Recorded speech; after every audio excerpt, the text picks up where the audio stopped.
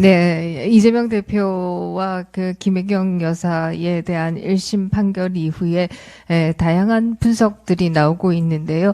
그 분석 가운데에서 가장 공감할 만한 것은 조선일보의 박정훈 칼럼이었습니다.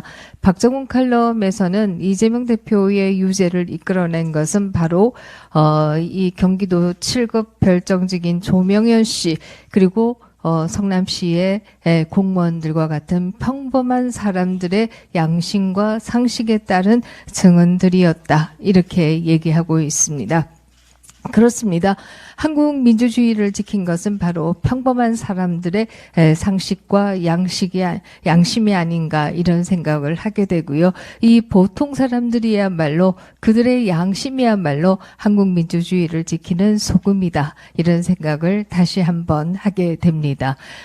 이재명 대표에 대한 1심 판결 이후에 민주당에서는 벌써 삼총상김과 같은 포스트 이재명에 대한 논의들이 나오고 있는 것으로 알고 있습니다. 그러나 누가 이재명 대표 이후를 주도할 것이냐, 이것보다 더 중요한 것은 바로 이재명 대표에 대한 방탄을 위해서 국정을 마비시킨 것들을 바로잡는 것이 가장 우선적으로 해야 할 일이다. 이렇게 생각합니다. 이재명 방탄을 위해서 헌법재판소의 헌법재판관의 임명도 거부하고 방송통신위원회도 반쪽짜리로 만들어 놓고 또 검찰, 경찰의 수사를 위한 특수활동비도 대거 삭감하는 이런 일들이 있었습니다. 이제는 이런 것들을 바로 잡아야 할 때다. 이런 생각을 하게 됩니다.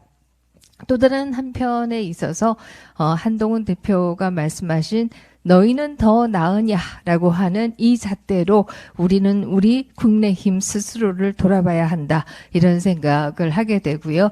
이 당원 게시판에 대해서 문제 제기도 바로 보통 사람들의 상식과 양심에서 나온 문제 제기다. 이렇게 얘기 드릴 수 있을 겁니다.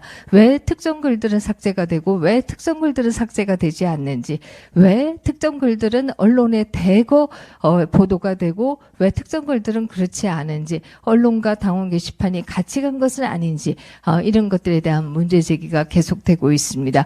우리는 이것이 수사기관에 의해서 밝혀지기 이전에 우리 스스로 당무감사를 통해서 무엇이 잘못된 것인지, 게시판 관리가 왜 잘못되었던 것이, 이런 것들을 우리가 먼저 바로잡아야 한다. 이런 생각을 다시 한번 하게 됩니다. 한동훈 대표께서 말씀하신 너희는 더 나으냐, 이것을 우리는 가슴속 깊이 새기면서 우리를 스스로 개혁해 나가야 할 것이다. 이런 생각을 하게 됩니다. 이상입니다.